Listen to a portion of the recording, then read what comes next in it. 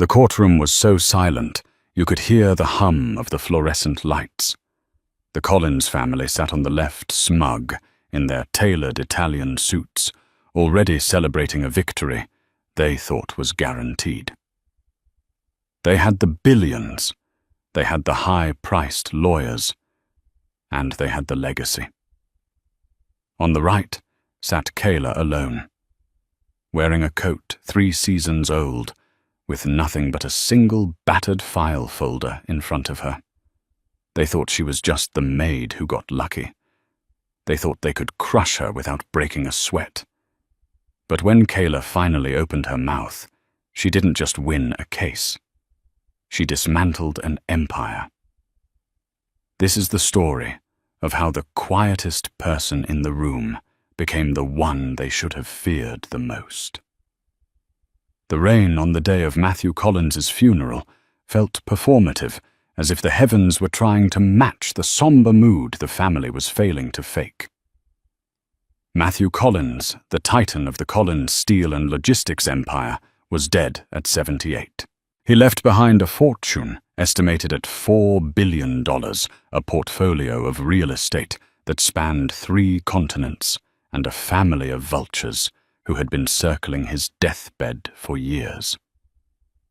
Standing at the edge of the grave site, far removed from the black canopy sheltering the immediate family, stood Kayla.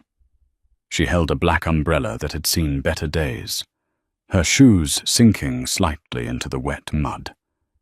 She was 32, though the fatigue around her eyes made her look older.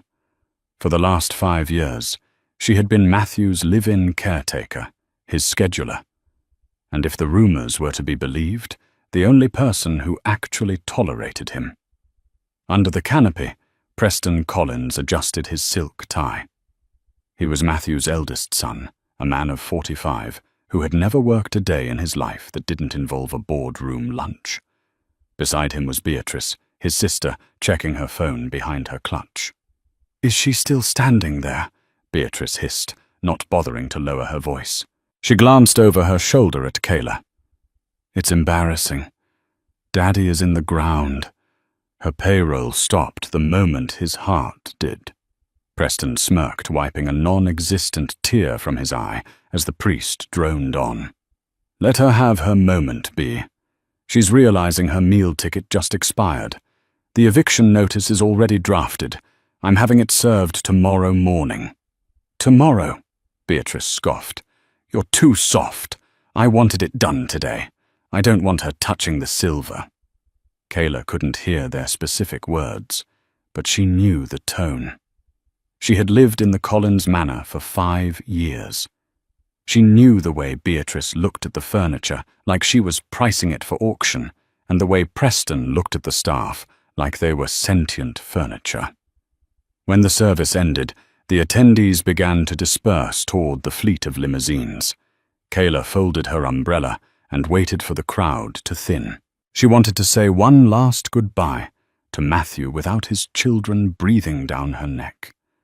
She stepped forward, placing a single white rose on the mahogany casket.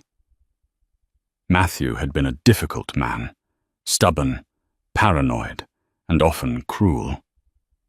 But in his final years, stripped of his boardroom armor by illness, he had been frightened. Kayla was the one who sat with him through the night terrors. She was the one who learned how to make his coffee exactly the way he liked it, when his hands shook too much to hold the cup. "Touching," a voice drawled from behind her. Kayla didn't flinch. She turned to find Preston looming over her, a cruel smile playing on his lips. Beatrice stood a few steps back, looking at Kayla's muddy shoes with disgust. "Hello, Preston." "Beatrice," Kayla said softly. "That's Mr. Collins to you now that my father isn't around to enforce his little charity projects," Preston said, stepping closer. He invaded her personal space, smelling of expensive scotch and entitlement. "I assume you've packed. I have a few things left to gather," Kayla replied, her voice steady. "You have 1 hour," Beatrice called out, stepping forward.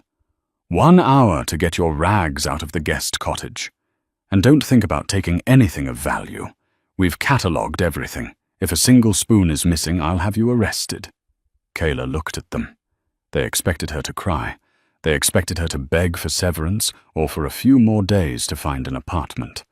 That's what people like them thrived on, the desperation of those they considered beneath them. Instead, Kayla just nodded. "I understand. I'll be gone within the hour." She walked past them head high. "Pathetic," Preston muttered as she passed. She didn't even fight for a bonus. Father really did pick the spineless ones. They watched her walk away, a solitary figure against the grey sky.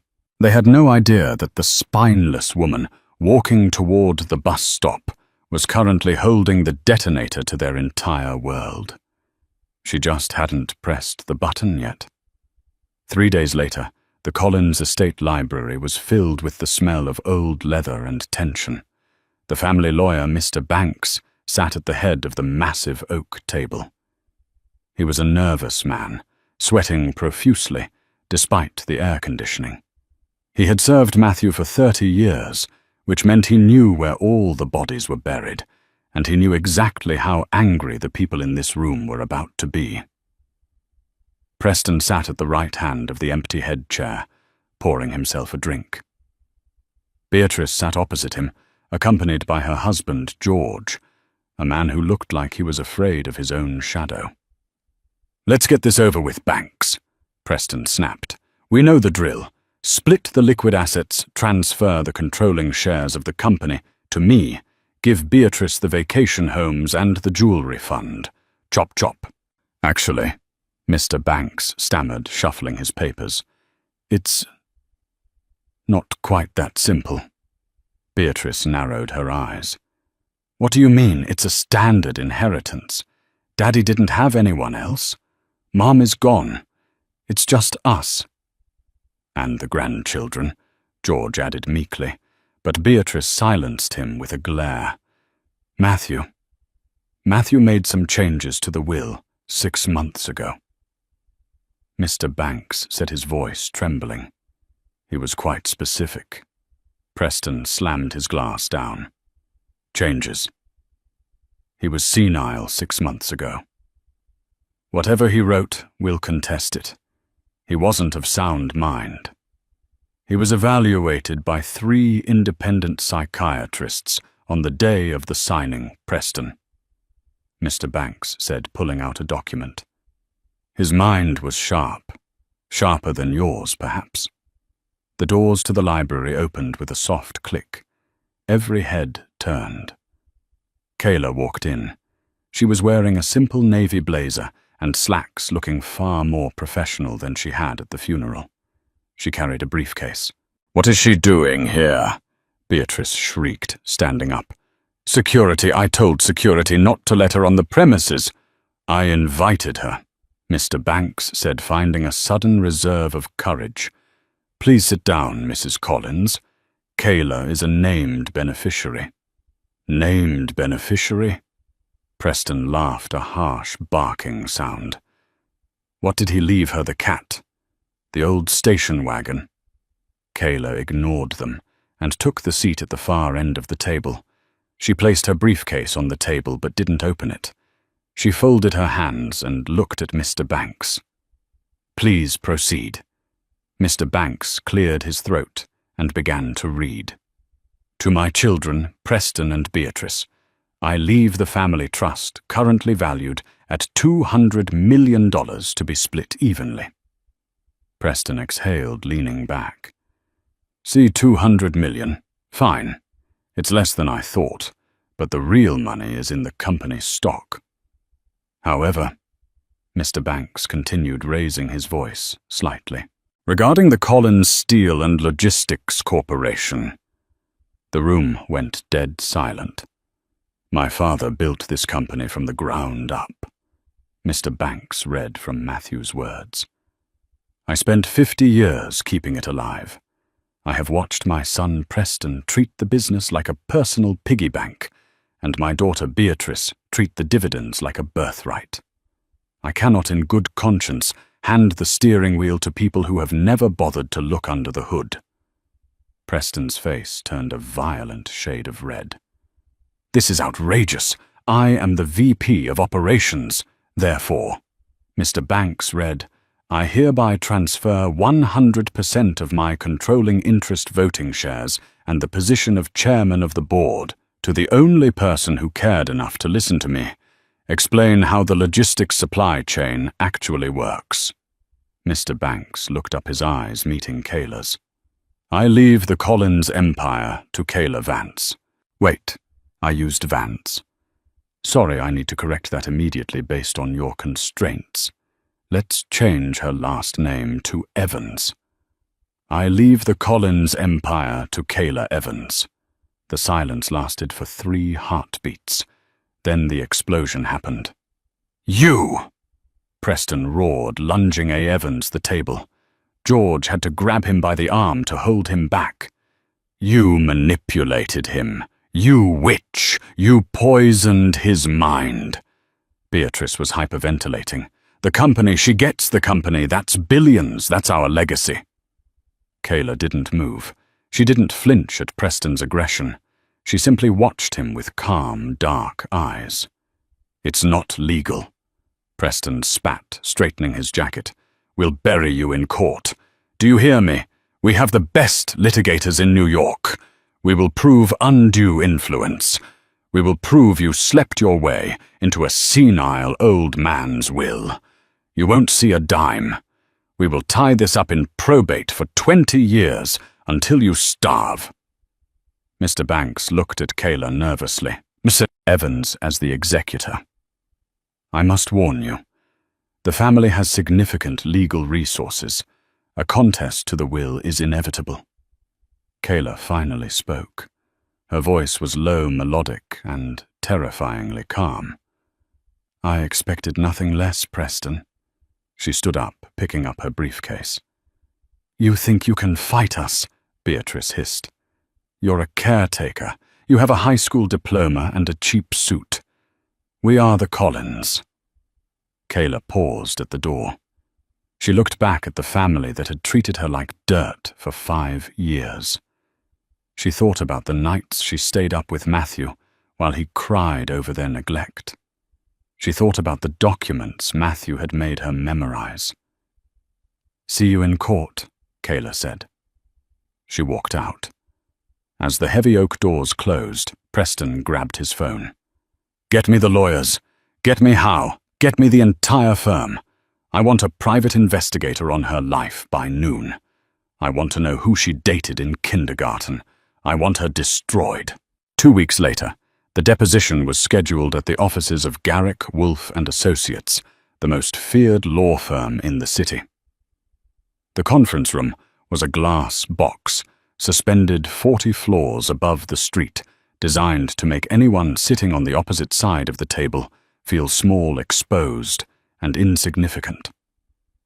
Preston and Beatrice sat on one side, flanked by 4 junior associates and their lead counsel, Leonard Garrick. Garrick was a man who didn't just win cases, he annihilated the opposition. He had a reputation for making grown men cry during Evans' examination. On the other side of the mahogany expanse sat Kayla. She was alone.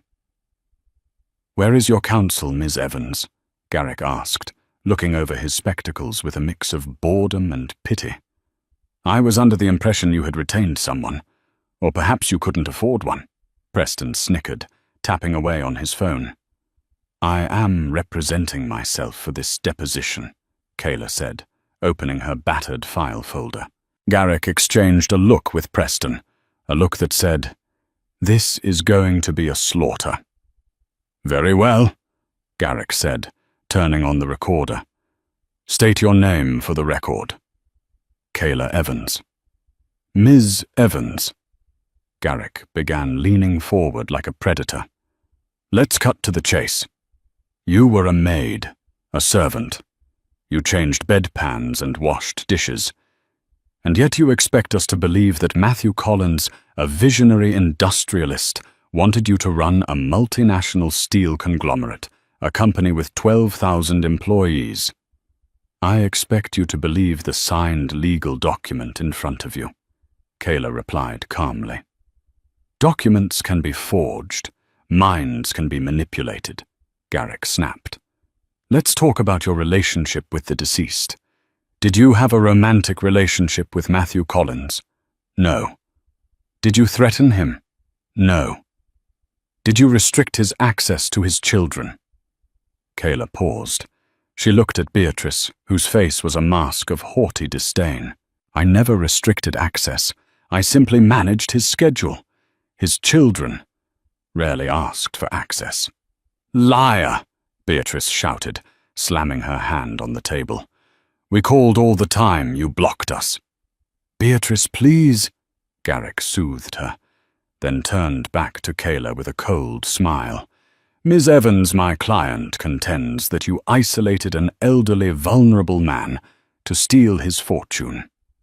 We are going to prove that you are unqualified, manipulative, and a fraud. We will petition the court to strip you of everything. If you surrender the claim, now the family is willing to offer you, let's say $50,000, a generous severance. Preston laughed. Take it, Kayla. It's more money than you'll ever see in your life. Go buy a trailer park. Kayla looked down at her hands for a moment. The room was silent. Preston thought she was breaking. Then she looked up. The fatigue was gone from her eyes, replaced by a razor-sharp intensity. Mr. Garrick, Kayla said, her voice dropping an octave. You asked if I am qualified. Let's discuss the Collins Logistics Q3 report from last year. The one where the Asian shipping division lost $40 million due to a fuel surcharge error. Preston froze. His thumb hovered over his phone screen. What does that have to do with? Garrick started. Matthew was bedridden during Q3. Kayla continued, her voice gaining strength. Preston was the acting interim CEO. He signed off on a vendor contract with a shell company called Apex Fuel Solutions, a company that charged Collins Steel 300% above market rate for diesel. Beatrice looked at her brother. Preston, what is she talking about? She's making it up. Preston barked, sweat suddenly beading on his forehead. Objection irrelevant. It is relevant to my qualifications, Kayla said, pulling a sheet of paper from her folder. Because when Matthew saw the numbers, he didn't understand them. He asked me to look. I traced Apex Fuel Solutions to a registered agent in the Cayman Islands, a registered agent that shares an address with your personal vacation holding company, Preston. The silence in the room was deafening. Even the air conditioning seemed to stop humming. Kayla slid the paper A. Evans the polished table. I drafted the plan to terminate that contract and renegotiate with legitimate suppliers. I wrote the emails Matthew sent. I structured the logistics overhaul that saved the company $12 million in Q4. Matthew didn't just leave me the company because I made his coffee, Mr. Garrick. He left it to me because for the last 2 years, I have been the one running it. Garrick picked up the paper. His hands were shaking slightly. He looked at the data, then he looked at Preston. Preston was pale, staring at the table, refusing to meet anyone's eyes. You, Preston whispered. You dug into the files. I organized the files, Kayla corrected. Matthew trusted me with his legacy. You treated it like an ATM. She closed her folder and stood up. I'm not taking the $50,000, Preston, and I'm not stepping down. I'm doing exactly what Matthew asked me to do. I'm taking out the trash. She walked to the door, stopping just before she exited. And Mr. Garrick, if you want to talk about romantic relationships, perhaps we should discuss why Beatrice's husband, George, has been transferring company funds to a condominium in the city registered to his personal assistant. Beatrice let out a strangled gasp, and whipped her head toward her husband, who looked like he was about to faint. "We're done here," Kayla said. The deposition was a disaster for the Collinses, but they weren't out of the fight. They were wounded animals, and that made them dangerous. A week later, the case of Collins versus Evans officially opened at the Supreme Court of New York. The media frenzy was insane. News vans lined the streets. The headline, "Maid Takes Billionaire's Throne," was splashed Evans every paper. The public was divided. Half saw her as a Cinderella, half saw her as a gold-digging villain. Inside the courtroom, the atmosphere was suffocating. Judge Walters, a stern woman with no patience for theatrics, presided. The gallery was packed. Garrick, having recovered from the deposition ambush, went on the offensive immediately. He called character witnesses, former disgruntled maids, distant cousins, anyone he could pay to say Kayla was shady. She was obsessed with money. A former gardener testified clearly, reading from a script, always asking Mr. Collins about his will. Kayla sat at the defense table. She had finally hired a lawyer, an old friend of Matthew's named Samuel Pargo. Samuel was 70, disheveled, and wore a suit that looked like he slept in it. The Collinses laughed when he walked in.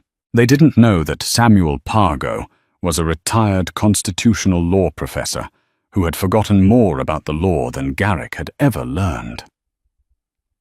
"Your Honor," Garrick boomed during his opening statement, "this is a simple case of elder abuse. Matthew Collins was a giant of industry. In his final months, he was confused, medicated, and isolated by this woman. She preyed on his fear. We ask for an immediate injunction to remove her from the board and freeze all assets." It looked bad. The narrative was strong. Rich old man, young caretaker, sudden will change. The jury, though this was a bench trial, the court of public opinion mattered, looked skeptical of Kayla. "Mr. Pargo," Judge Walters said, "your response." Samuel stood up slowly, his knees popping. "Your Honor, the plaintiff paints a picture of a senile old man. But we have evidence that Matthew Collins was not only sane, but heartbreakingly aware of his reality." Samuel turned to the court clerk. "I would like to enter Defense Exhibit A into evidence, a video recording date stamped 3 days before Matthew's death." Preston leaped up. "Objection.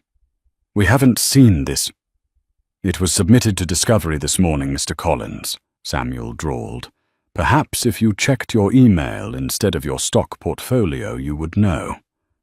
The judge nodded. "Play the tape." The massive screens in the courtroom flickered to life. Matthew Collins appeared. He was sitting in his favorite armchair, looking frail, hooked up to an oxygen tank. But his eyes were clear, sharp. "My name is Matthew Collins," the video. Matthew wheezed. "I'm recording this because I know my children. I know them better than they know themselves." In the courtroom, Beatrice covered her mouth. "I know that when I die," Matthew continued, looking directly into the camera, "Preston will scream about injustice.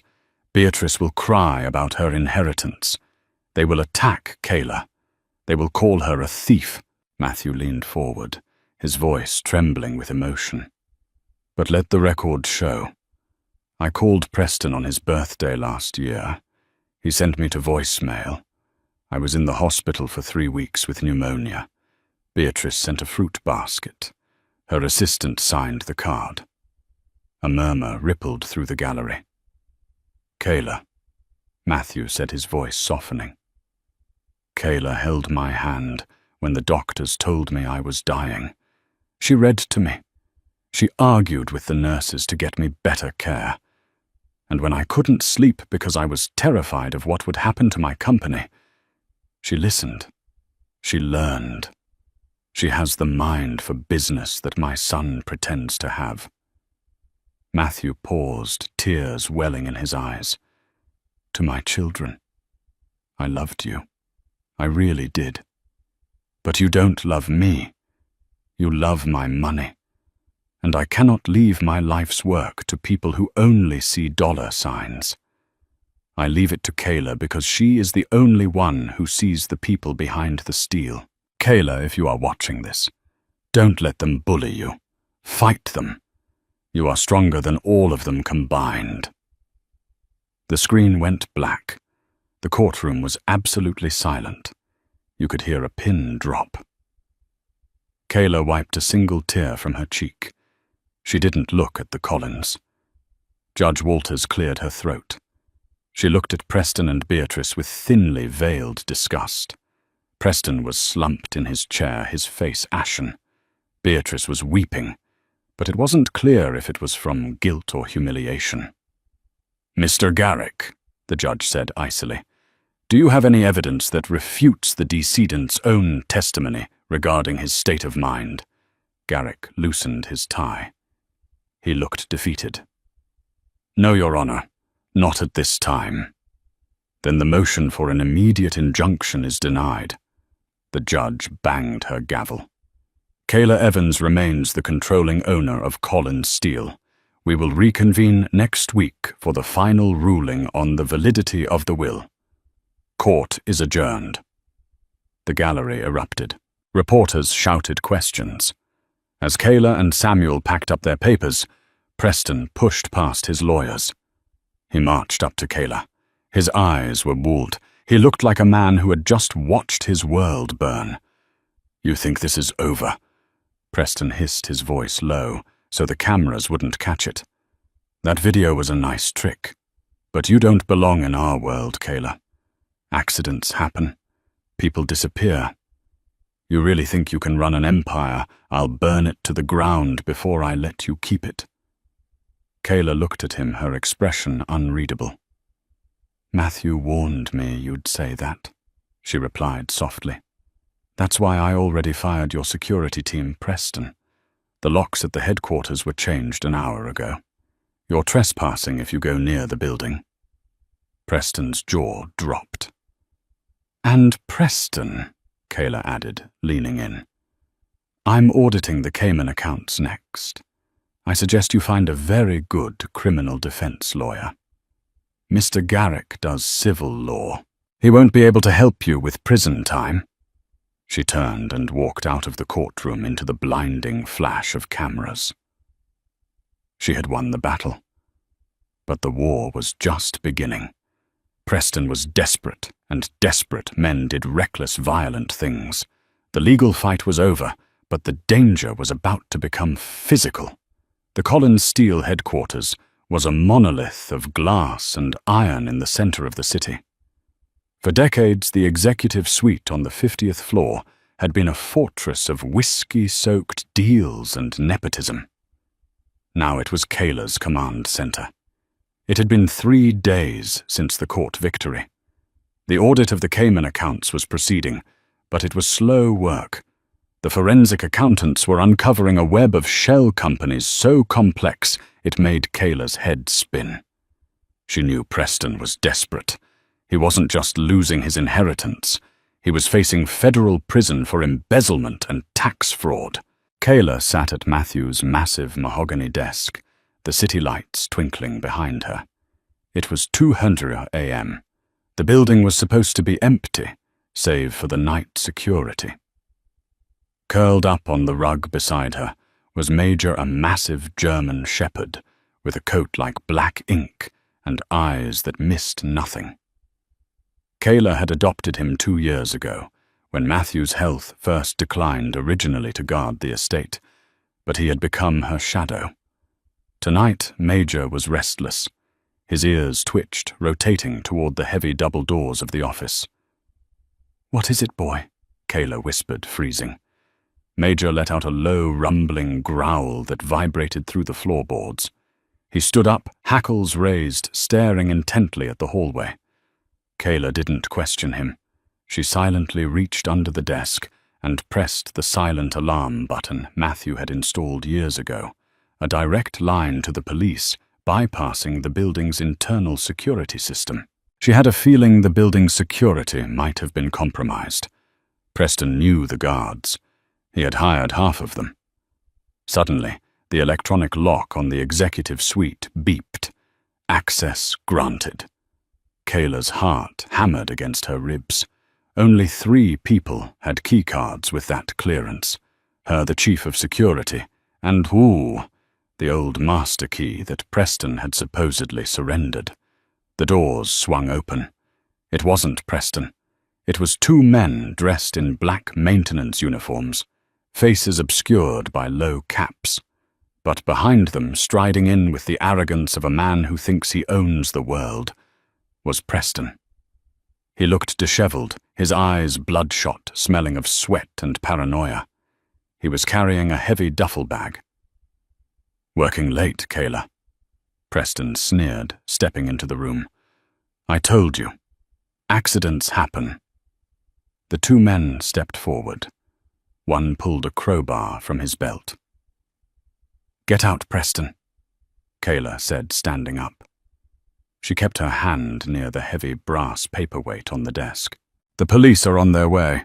By the time they get here, this floor will be ash." Preston laughed, a manic, jagged sound. He dropped the duffel bag on the conference table. It clanked with the sound of incendiary devices' accelerant canisters. "I'm not going to prison, Kayla. If I can't have the company, no one can. I'm going to torch the records. The server room is right next door. Once the fire starts, the sprinklers will ruin whatever the flames don't. No evidence, no case."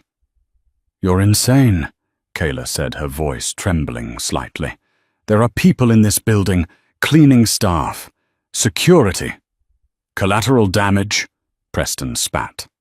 "Grab her, tie her to the chair. She can watch the Empire burn." The man with the crowbar lunged. "Major!" Kayla screamed. The German shepherd launched himself from the shadows like a missile. He hit the man with the crowbar in the chest with 80 pounds of muscle and fury, knocking him flat. The man screamed as Major's jaws clamped onto his forearm, the crowbar clattering a Evans the floor. The second man panicked, fumbling for a taser at his belt, but Kayla didn't wait. She grabbed the brass paperweight and hurled it. It struck the second man square in the shoulder, staggering him. "Get the dog off him!" Preston shrieked, backing away toward the door.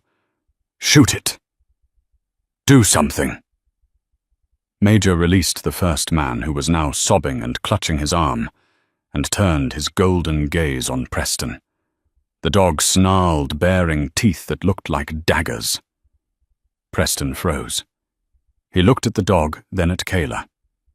He realized he had made a fatal miscalculation. He thought he was walking in to intimidate a librarian.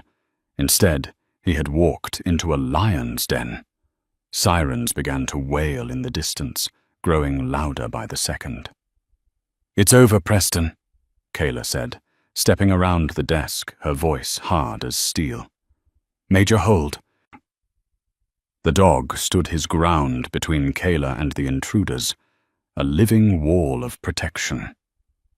Preston looked at the duffel bag of accelerants, then at the door. Panic overtook him. He turned and bolted, abandoning his hired thugs. "Don't let him leave the building," Kayla shouted into her phone as the police dispatcher finally answered. "He's heading for the elevators." The 2 hired men were too terrified of the growling dog to move. They lay on the floor, hands raised in surrender. Kayla stood over them, the quiet caretaker gone. In her place was the CEO of Collins Steel, and she looked down at them with absolute authority. "You picked the wrong side," she told them coldly. The morning sun broke over the city, but for the Collins family, it was the beginning of the longest day of their lives. Preston had been apprehended in the parking garage, trying to hotwire a car, because his own keys had been confiscated during his arrest. He was currently in police custody, charged with breaking and entering, attempted arson, and conspiracy. But the war wasn't over. Preston was the loud threat, but the rot in the company went deeper. Beatrice George and the sympathetic board members who had profited from the corruption, were still in play. They had called an emergency board meeting at 9:00 a.m., intending to use Preston's arrest to frame the situation as instability caused by the leadership transition. They wanted to vote Kayla out as CEO, citing the danger she brought to the workplace. The boardroom was packed. 12 members of the board sat around the long glass table.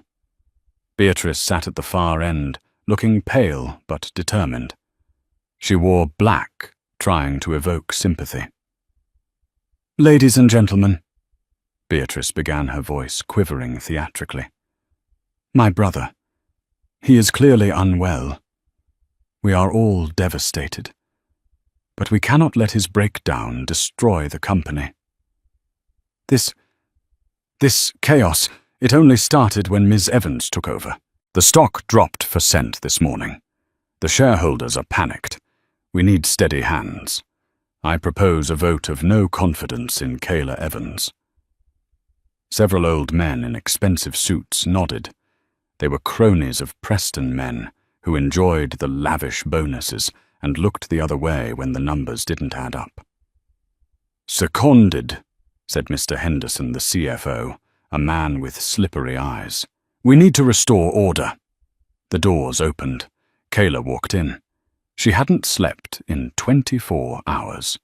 She was still wearing the clothes from the night before, though she had thrown a fresh blazer over them. She didn't look tired. She looked electric. Major trotted in beside her, his nails clicking rhythmically on the floor. He sat down at the head of the table, watching the room. "You brought a dog?" Beatrice gasped. "This is a board room, not a kennel. Major stays," Kayla said, her voice cutting through the room like a blade. She threw a thick stack of files onto the table. The thud echoed. "You want to talk about stability? Beatrice, you want to talk about order?" Kayla walked slowly around the table, making eye contact with every board member.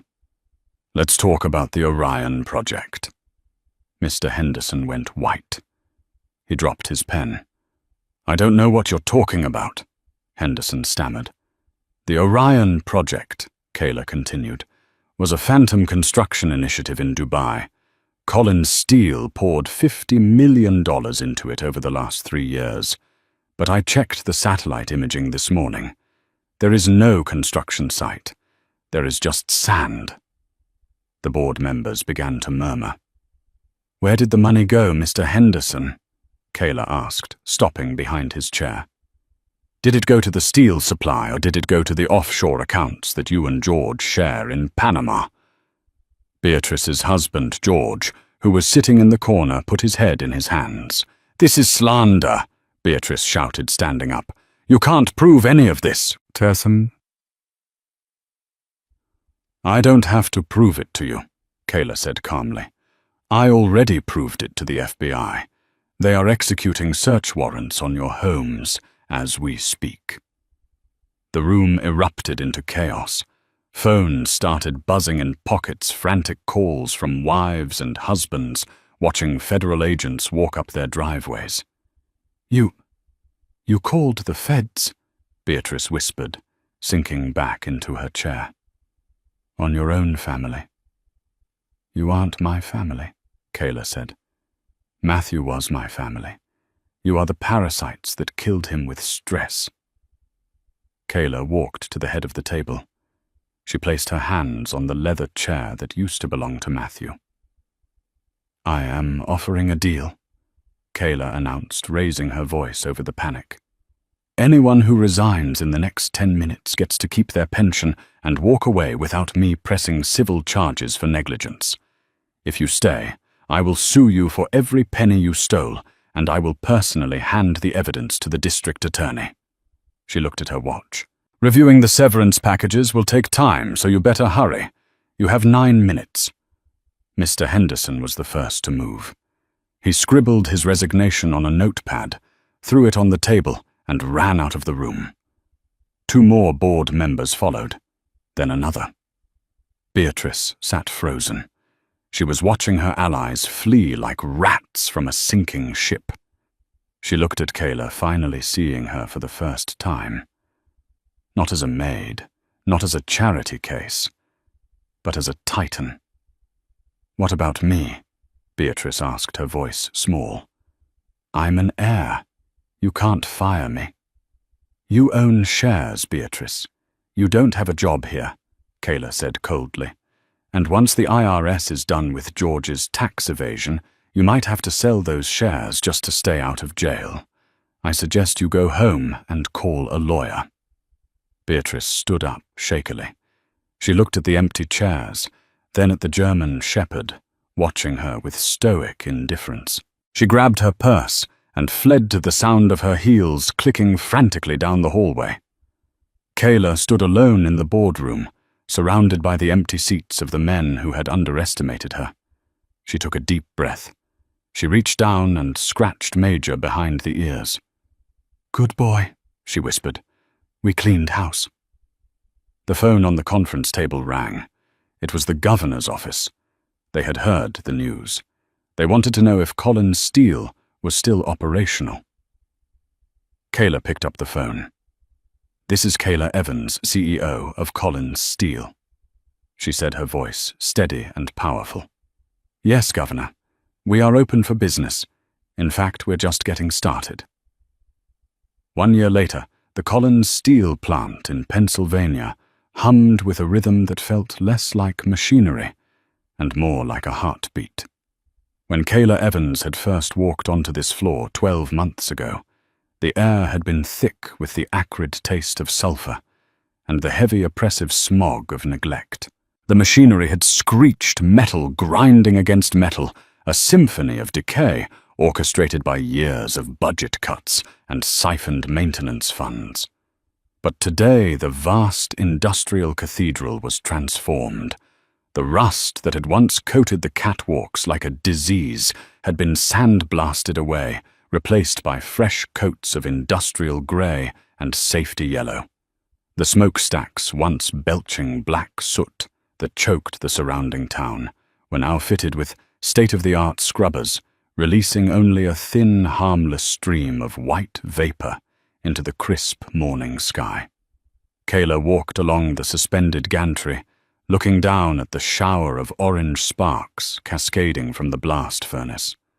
She wasn't wearing the tailored Italian silk suits that Beatrice used to favor, nor was she hiding behind the tinted glass of a limousine. Kayla wore a white hard hat, scuffed from use safety goggles, and steel-toed boots that clunked solidly against the metal grating. Beside her trotted Major. The massive German shepherd looked less like a pet and more like a patrolling general. He wore a custom-fitted high-visibility neon vest with his name embroidered on the flank, a gift from the welding crew. As they passed, workers didn't look away in fear or disdain. They nodded, waved, or tipped their helmets. "Morning, Ms. Evans," shouted Dave, a foreman with arms like tree trunks and a face smudged with graphite. He had been with the company for 30 years and had threatened to quit the week before Matthew died. Now he was the first one in every morning. Kayla stopped, leaning over the railing. "Morning, Dave. How's that new alloy mix holding up in the cooling stage?" Dave grinned, wiping sweat from his forehead. "It's beautiful, boss. Tensile strength is up 15%. The new vendors you brought in, they actually sent us raw ore that isn't half dirt. We're running at peak efficiency." "Good," Kayla said, a genuine smile breaking through her focused expression. "Keep the data coming. I want to show the board that quality costs less than mistakes." As she walked away, she felt a profound sense of grounding. This was real. The heat rising from the ladles, the smell of ozone and iron. It was honest work. It was a stark contrast to the first 6 months of her tenure, which had been a different kind of fire altogether. Those early days had been a war of attrition. The removal of the Collinses had left a power vacuum that every shark on Wall Street wanted to fill. Kayla had fought off 3 hostile takeover attempts from rival conglomerates who assumed that a former maid would fold under pressure. They had come at her with low-ball offers, media smear campaigns, and legal bullying. But they hadn't realized that years of managing Matthew Collins's life had made her an expert in anticipating disasters before they happened. She had worked 18-hour days, sleeping on the leather couch in her office, more often than in her own bed, fueled by black coffee and sheer spite. She purged the middle management layers that Preston had stuffed with his incompetent drinking buddies and promoted talent from the ground up, people like Dave. Now the war was over, and she had won. Kayla and Major took the freight elevator up to the executive suite. The offices, once a shrine to Collins' vanity, had been stripped of their pretension. The gold leaf statues were gone. The wet bar was replaced by a functional coffee station. Inside her private office, the television on the wall was playing the midday news on mute. Kayla glanced at it as she unclipped Major's leash, letting him curl up on his favorite rug by the window. The headline on the screen caught her eye. Former executive sentenced. Kayla paused, picking up the remote to turn the volume up just slightly. The camera cut to footage outside the federal courthouse. Preston Collins was being led down the marble steps. He was unrecognizable. The arrogant Scotch-swilling playboy who had threatened to burn down his father's legacy was gone. In his place was a gaunt, hollow-eyed man in a cheap suit that hung loosely on his frame. His wrists were bound in handcuffs, shielding his face from the flashing cameras, not with pride, but with shame. Preston Collins, the news anchor narrated, her voice devoid of sympathy, was sentenced today to 8 years in federal prison for embezzlement, arson, and conspiracy to commit fraud. The judge cited the Orion Project scandal as a particularly egregious abuse of corporate trust. Kayla watched his face for a moment longer. She looked for the monster who had terrorized her, but she only saw a small, broken man who had never learned that actions have consequences. The news cycle moved on immediately. In related news, the Collins estate auction concluded this morning. The screen flashed images of the sprawling manor where Kayla had spent 5 years polishing silver and scrubbing floors. The proceeds from the sale of the property and personal assets will go toward restitution for the shareholders, the reporter continued. Beatrice Collins, formerly a socialite fixture, was unavailable for comment. Sources say she has relocated to a 2-bedroom apartment in New Jersey and has secured employment as a receptionist at a dental practice. Kayla turned the TV off. The room fell into a peaceful silence. She didn't feel a surge of vindictive joy. She didn't feel the urge to laugh or gloat. Instead, she felt a quiet sense of balance restoring itself. The universe, which had been tilted in favor of the cruel and the greedy for so long, had finally righted its axis. Beatrice was working for a living. Preston was paying for his crimes. It wasn't revenge. It was just gravity. Kayla sat at her desk, pushing aside the legal briefs that used to dominate her mornings. In their place were blueprints. She spread them out, smoothing the edges.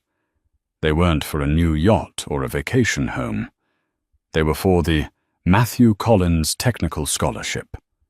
It was a program she had launched the previous month, fully funded by the company, guaranteeing college tuition for the children of any employee who wanted to study engineering, logistics, or business. She was determined that no brilliance would ever be overlooked again, just because it couldn't afford a seat at the table. A soft knock at the door broke her concentration. "Come in," Kayla called out. The heavy door opened, and Samuel Pargo stepped in. The old lawyer looked years younger than he had in the courtroom. His suit was freshly pressed, his tie was straight, and the perpetual furrow of worry on his brow had smoothed out. As the newly appointed chairman of the board, Samuel had become her most trusted advisor, a grandfather figure who treated her with the respect she had always deserved. "The Q4 numbers are in Kayla," Samuel said, walking over to the desk. He held a thick, bound report in his hands like it was a holy text. Kayla felt a flicker of the old anxiety. This was the scorecard. This was the verdict that Wall Street had been waiting for. And Samuel placed the report on the desk and tapped the cover with his index finger. A slow, proud smile spread Evans his face. "We're in the black. Net profits are up 22%. Debt has been reduced by half. For the first time in a decade, Collins Steel isn't just surviving. It's thriving." Kayla let out a breath she felt she had been holding for a year. She ran her hand over the cool, glossy cover of the report. "Does the market know? They know." Samuel chuckled, sinking into the chair opposite her. "The stock is up 30 points since opening bell. The analysts who told you to sell 6 months ago are now calling you the Iron Lady of Logistics. There's a rumor that Business Weekly wants you for the cover of their Turnaround of the Century issue." Kayla shook her head, looking at the blueprints for the scholarship center. "I don't need a magazine cover, Samuel. I don't need the fame. I just need this company to survive for the next 50 years. I need to know that Dave on the floor keeps his pension and that his kids get to go to college." Samuel watched her for a long moment, his eyes misty. He reached into his jacket pocket. "I found this in Matthew's personal safe yesterday. It was in an envelope marked, 'For the future.' I think he meant for you to have it, but, well, he ran out of time." He handed her a small, faded velvet box. Kayla took it, her hands trembling slightly. She flipped the latch and opened the lid. Sitting on the velvet cushion was a simple silver lapel pin. It wasn't encrusted with diamonds or gold. It was tarnished, scratched from years of wear. It was the original Collins pin, the very first one Matthew had worn when he founded the company 50 years ago, back when it was just 2 trucks and a dream. "He told me once," Samuel said, his voice dropping to a reverent whisper, "that he built this company for his family. He spent his whole life trying to build a legacy for his children. But he didn't realize until the very end that his true family wasn't the people who shared his DNA. It was the people who shared his values." Samuel leaned forward. He knew Kayla. Even when he was sick, even when he couldn't speak, he knew you were the one who carried the fire. Kayla carefully lifted the pin from the box. It felt heavy, weighted with history and expectation. She stood up and walked to the mirror in the corner of the room. With steady fingers, she fastened the silver pin to the lapel of her blazer. It caught the light shining dull but strong against the dark fabric. "Thank you, Samuel," she whispered, her voice thick with emotion. She turned and walked to the floor-to-ceiling window behind her desk. The sun was setting over the city, casting long golden shadows, Evans the skyline of steel and glass. Far below, the city moved like a living organism, unaware of the battles fought in this room to keep the heart of the industry beating. Major stood up, stretched and padded over to her. He sat by her side, leaning his heavy head against her leg. Kayla rested her hand on his ears, her fingers burying into his fur. The Collinses had underestimated her silence. They had mistaken her kindness for weakness, her patience for submission. They thought that because she served them, she was beneath them. They had looked at a maid and seen a nobody. But in the end, the maid had done what the masters never could. She had cleaned up the mess, she had saved the house, and she had built a home. Kayla looked out at the empire she had resurrected, not with greed, but with a profound sense of gratitude for the trust Matthew had placed in her. "We did good, Matthew," she whispered to the empty air, imagining him sitting in the chair behind her, finally smiling. "We did good." And for the first time in a long time, the silence in the room wasn't heavy or lonely. It was peaceful. What a journey. Kayla proved that true power doesn't come from a loud voice, a fancy last name, or $1 billion inheritance. It comes from integrity, intelligence, and the courage to stand your ground when the world underestimates you. The Collinses thought they could crush her because she was just help. But they learned the hard way that the quietest person in the room is often the one holding all the cards. If you enjoyed this story of karma, justice, and the ultimate underdog victory, please hit that like button. It really helps the channel grow. And don't forget to subscribe and turn on the notification bell so you never miss a new story. What would you have done in Kayla's shoes? Let me know in the comments below. Thanks for watching, and see you in the next video.